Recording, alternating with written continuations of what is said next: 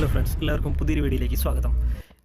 Share മാർക്കറ്റിൽ പങ്കെടുക്കാൻ വേണ്ടി ഏറ്റവും വളരെ അത്യാവശ്യമായ ഒന്നാണ് ഡിമാറ്റ് അക്കൗണ്ടുകൾ. ഇന്ത്യയിൽ 100-ലധികം കമ്പനികൾ ഡിമാറ്റ് അക്കൗണ്ട് സർവീസുകൾ പ്രൊവൈഡ് ചെയ്യുന്നുണ്ട്.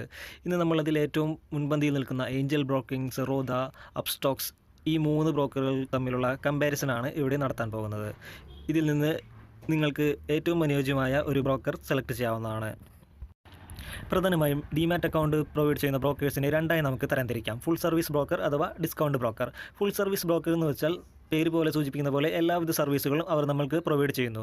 ഇതിൽ ഏതൊക്കെ ഷെയറുകളാണ് മേടിക്കേണ്ടത്, ഏതിൻ്റെയൊക്കെ വില കൂടാനാണ് ചാൻസ് എന്നിവയുള്ള റെക്കമെൻഡേഷൻ നമുക്ക് സെബി രജിസ്റ്റേർഡ് ആയിട്ടുള്ള അനലിസ്റ്റുകളുടെ റെക്കമെൻഡേഷനാണ് നമുക്ക് ഫുൾ സർവീസ് ബ്രോക്കേഴ്സ് നൽകുന്നത്. കൂടാതെ നമുക്ക് എന്ത് ഡൗട്ട് ഉണ്ടെങ്കിലും കസ്റ്റമർ കെയർ സപ്പോർട്ടിനെ വിളിച്ച് കോൺടാക്ട് ചെയ്താൽ അത് നമുക്ക് ക്ലാരിഫൈ ചെയ്ത് തരുന്നു. പക്ഷേ ഡിസ്കൗണ്ട് ബ്രോക്കറിൻ്റെ കേസിൽ അവർ നമുക്ക് ട്രേഡ് ചെയ്യാൻ ഒരു പ്ലാറ്റ്ഫോം മാത്രമാണ് ഒരുക്കി തരുന്നത്. ബാക്കിയുള്ള എല്ലാ കാര്യങ്ങളും നമ്മൾ സ്വയം കണ്ടുപിടിച്ചിട്ട് ട്രേഡ് ചെയ്യണം. അതായത് സ്റ്റോക്ക് റെക്കമെൻഡേഷനും അങ്ങനെയുള്ള സൗകര്യങ്ങളൊന്നും ഡിസ്കൗണ്ട് ബ്രോക്കേഴ്സ് പ്രൊവൈഡ് ചെയ്യുന്നില്ല. ഇനി നമുക്ക് ഏഞ്ചൽ ബ്രോക്കിംഗ്, അപ്സ്റ്റോക്സ്, സെറോദ ഇവ 3 തമ്മിലുള്ള ഒരു കമ്പാരിസൺ നോക്കാം. Type of broking. Angel broking വരുന്നത് നേരത്തെ പറഞ്ഞ പോലെ തന്നെ ഫുൾ സർവീസ് ബ്രോക്കറാണ്. അപ്സ്റ്റോക്സ് വരുന്നത് ഡിസ്കൗണ്ട് ബ്രോക്കറും, സെറോദയും അതുപോലെ തന്നെ ഡിസ്കൗണ്ട് ബ്രോക്കറുമാണ്. ഏഞ്ചൽ ബ്രോക്കിംഗ് മാത്രമാണ് ഇവിടെ ഏറ്റവും ബെസ്റ്റായിട്ട് നിൽക്കുന്ന ചീപ്പായിട്ടുള്ള ഫുൾ സർവീസ് ബ്രോക്കർ. മറ്റുള്ളവർ ഇതിനേക്കാളും ചാർജ് കൂടുതലാണ്. ഇയർ ഓഫ് ഇൻകോർപ്പറേഷൻ, അതായത് ഏത് വർഷം തൊട്ടാണ് ഇവ വന്നു തുടങ്ങിയത്. അതായത് ഏഞ്ചൽ ബ്രോക്കിംഗ് വളരെ പണ്ട് കാലം തൊട്ടേ ഉള്ളതാണ്. 1996 1996 മുതൽ ഏഞ്ചൽ ബ്രോക്കിംഗ് ഉണ്ട്. അപ്സ്റ്റോക്സ് 2012-ലും സെറോദ 2010-ലുമാണ് ആരംഭിച്ചത്. പ്രൊഡക്ട്സ്, അതായത് ഏതിലൊക്കെയാണ് നിങ്ങൾക്ക് ട്രേഡ് ചെയ്യാൻ പറ്റുന്നത്. Angel, equity, commodity, currency, futures, ഇത് 3 എല്ലാ ബ്രോക്കേഴ്സും സെയിം ആണ്. ഇത് എല്ലാത്തിലും ഒരു ഇക്വിറ്റിയിലും കൊമോഡിറ്റിയിലും കറൻസിയിലും ഫ്യൂച്ചേഴ്സിൽ ട്രേഡ് ചെയ്യാം. ഇൻവെസ്റ്റ്മെൻറ്റ് ഓപ്ഷൻസ്, അതായത് IPO, mutual fund, bond, exchange trade fund, ഇതും 3 അത് ഒരേപോലെ തന്നെ 3 ബ്രോക്കേഴ്സും ഇതെല്ലാത്തിലും സപ്പോർട്ട് ചെയ്യുന്നുണ്ട്. പിന്നെ ഇതിൽ ആക്റ്റീവ് ക്ലയൻസ് ആണ്. അക്കൗണ്ട് എടുത്തിട്ട് ആക്റ്റീവായിട്ട് ട്രേഡ് ചെയ്യുന്ന ആളുകളുടെ എണ്ണം. ഏഞ്ചൽ വണ്ണിൽ 34 ലക്ഷം, അപ്സ്റ്റോക്സിൽ 50 ലക്ഷം, സെറോദയിൽ 61 ലക്ഷം. അതാണ് കണക്കുകൾ സൂചിപ്പിക്കുന്നത്. Advanced features. Angel one delivery, intraday stop loss, robo order, AM order, GTT order ഇവയൊക്കെയാണ് നിങ്ങൾക്ക് ലഭിക്കുന്നത്. ഇതേ സെയിം ഓർഡേഴ്സ് തന്നെയാണ് അപ്സ്റ്റോക്സിലും സെറോദയിലും. Delivery, intraday, stop loss, cover order, after market order, good till trigger order, ഇത് 3 പ്ലാറ്റ്ഫോമിലും സെയിം തന്നെയാണ്. 3 പേരും ഒരേപോലെ തന്നെയാണ്, വലിയ വ്യത്യാസമൊന്നുമില്ല. അടുത്തായിട്ട് നമുക്ക് ഫ്രീ ട്രേഡിംഗ് കോൾസ്. ഫ്രീ ആയിട്ട് ട്രേഡ് ഏതൊക്കെ ഷെയറുകളാണ് മേടിക്കേണ്ടതെന്ന് റെക്കമെൻഡേഷൻ. അത് നമുക്ക് ഏഞ്ചൽ ബ്രോക്കിംഗ് മാത്രമാണ് അങ്ങനെ ഒരു സേവനം നൽകുന്നത്. അപ്സ്റ്റോക്സും സെറോദയിലും അങ്ങനെ ഒരു സേവനം നൽകുന്നില്ല. ഫ്രീ റിസർച്ച് റിപ്പോർട്ട്, ഓരോ കമ്പനിയെക്കുറിച്ചുള്ള റിസർച്ച് റിപ്പോർട്ടുകൾ, അതും നമുക്ക് ഏഞ്ചൽ വൺ മാത്രമാണ് അങ്ങനെ റിസർച്ച് റിപ്പോർട്ട് നൽകുന്നത്. അപ്സ്റ്റോക്സും സെറോദയും യാതൊരുവിധ റിസർച്ച് റിപ്പോർട്ടുകളും നൽകുന്നില്ല. അടുത്തായി മാർജിൻ ഫണ്ടിങ് എന്ന ഫെസിലിറ്റിയാണ്. അത് നമുക്ക് ഏഞ്ചൽ വണ്ണും അപ്സ്റ്റോക്സും മാത്രമാണ് ഈ 2 ഫെസിലിറ്റീസ് നൽകുന്നത്. സെറോദ നമുക്ക് ഈ മാർജിൻ ഫണ്ടിങ് ഫെസിലിറ്റി നൽകുന്നില്ല. ഇതൊക്കെ നമ്മൾ എക്സ്പീരിയൻസ് ആയിട്ടുള്ള ട്രേഡേഴ്സ് യൂസ് ചെയ്യുന്ന ഫീച്ചേഴ്സാണ്. നമ്മൾ ബിഗിനേഴ്സ് ആയിട്ടുള്ളവരൊന്നും മാർജിൻ ഫണ്ട് അങ്ങനെയുള്ള കാര്യമൊന്നും അറിയേണ്ട ആവശ്യമില്ല. മാർജിൻ എഗെയിൻസ്റ്റ് ഷെയർസ്, അതായത് നമ്മളിപ്പോൾ ബൈ ചെയ്ത ഷെയറുകൾ വെച്ചിട്ട് നമുക്കതിന് വേറെ എക്സ്ട്രാ ലോൺ പോലെ ഇത് തരുന്നതാണ് മാർജിൻ അഗെയിൻസ്റ്റ് ഷെയർസ്. ഇതൊക്കെ ബിഗിനേഴ്സ് നോക്കേണ്ട ആവശ്യമില്ല. ഇത് 3 പേരും ഇത് തരുന്നുണ്ട്. അടുത്ത അക്കൗണ്ട് ഓപ്പണിംഗ് ചാർജ്. ഇതാണ് മെയിനായിട്ട് നമുക്ക് അക്കൗണ്ട് എടുക്കുമ്പോൾ ശ്രദ്ധിക്കേണ്ട ഒന്നാണ്. ഏഞ്ചൽ വണ്ടിയിൽ നമുക്ക് ഫ്രീ ആയിട്ട് അക്കൗണ്ട് ഓപ്പൺ ചെയ്യാം. അപ്സ്റ്റോക്സിലും ഫ്രീ ആണ്. പലപ്പോഴും ചില സമയങ്ങളിൽ അപ്സ്റ്റോക്സ് 49 രൂപ ചാർജ് ചെയ്യും, അല്ലെങ്കിൽ 99 രൂപ ചാർജ് ചെയ്യും.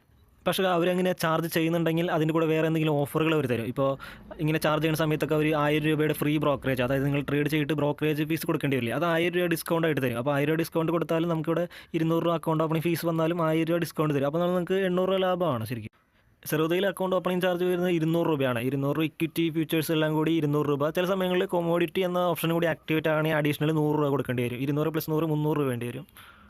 ഈ കൊമോഡിറ്റി ഒക്കെ നമുക്ക് പിന്നെ ആയാലും ആക്ടിവേറ്റ് ചെയ്യാം. അതായത് ക്രൂഡ് ഓയിൽ ട്രേഡ് ചെയ്യണത് അങ്ങനെയുള്ള കാര്യങ്ങൾ, അതൊക്കെ ഒന്നും ബിഗിനേഴ്സ് ആയിട്ടുള്ളവരൊന്നും കൊമോഡിറ്റി ഒന്നും ആക്ടിവേറ്റ് ചെയ്യേണ്ട ആവശ്യമില്ല.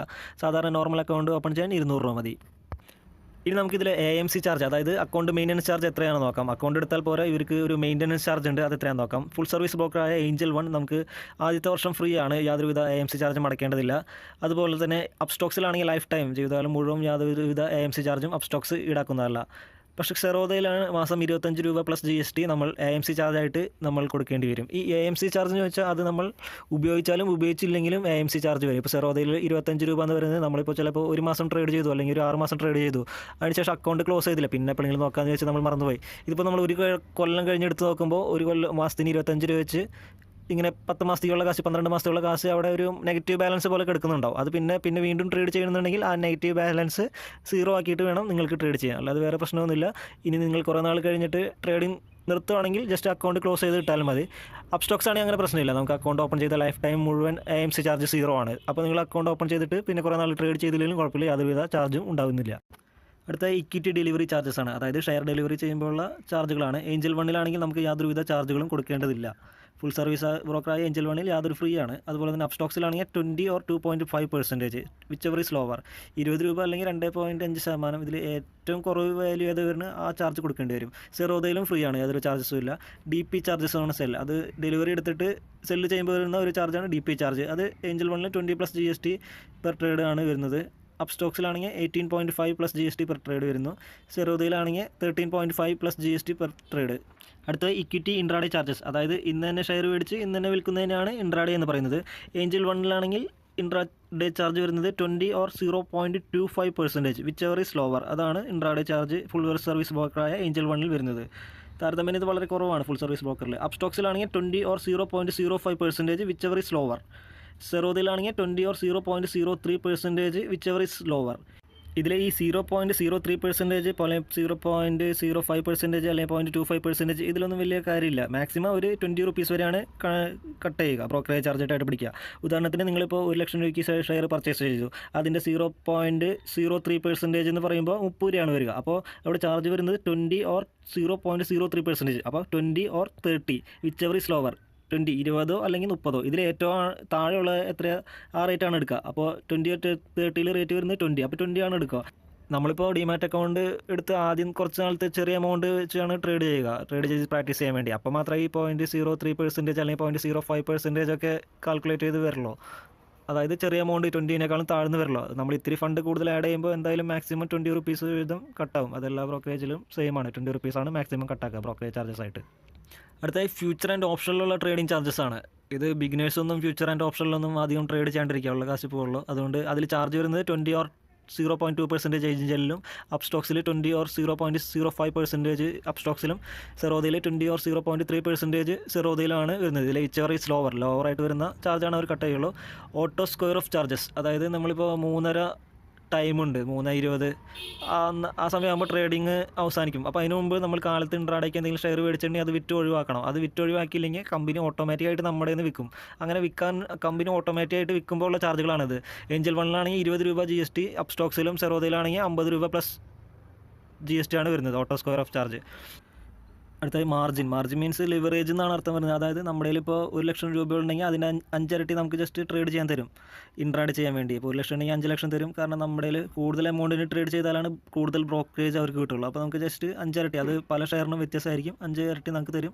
നമ്മൾ ഉപയോഗിച്ച് ട്രേഡ് ചെയ്യാം. അതിന് എക്സ്ട്രാ ചാർജ് ഒന്നുമില്ല. ജസ്റ്റ് ബ്രോക്കറേജിൽ എമൗണ്ട് കൂടുമ്പോൾ കമ്പനിക്ക് ചെറിയ ലാഭം കിട്ടും. അതെല്ലാവരും 5 ഇരട്ടി വീതമാണ് നമുക്ക് നൽകുന്നത്. ഇനി നമുക്ക് app download and rating, play സ്റ്റോറിൽ ആപ്പ് ഡൗൺലോഡ് റേറ്റിംഗ് നോക്കാം. ഏഞ്ചൽ വണ്ണിൽ 10 മില്യൺ ഡൗൺലോഡ്സ് ഉണ്ട്, 4 സ്റ്റാർ ആണ്.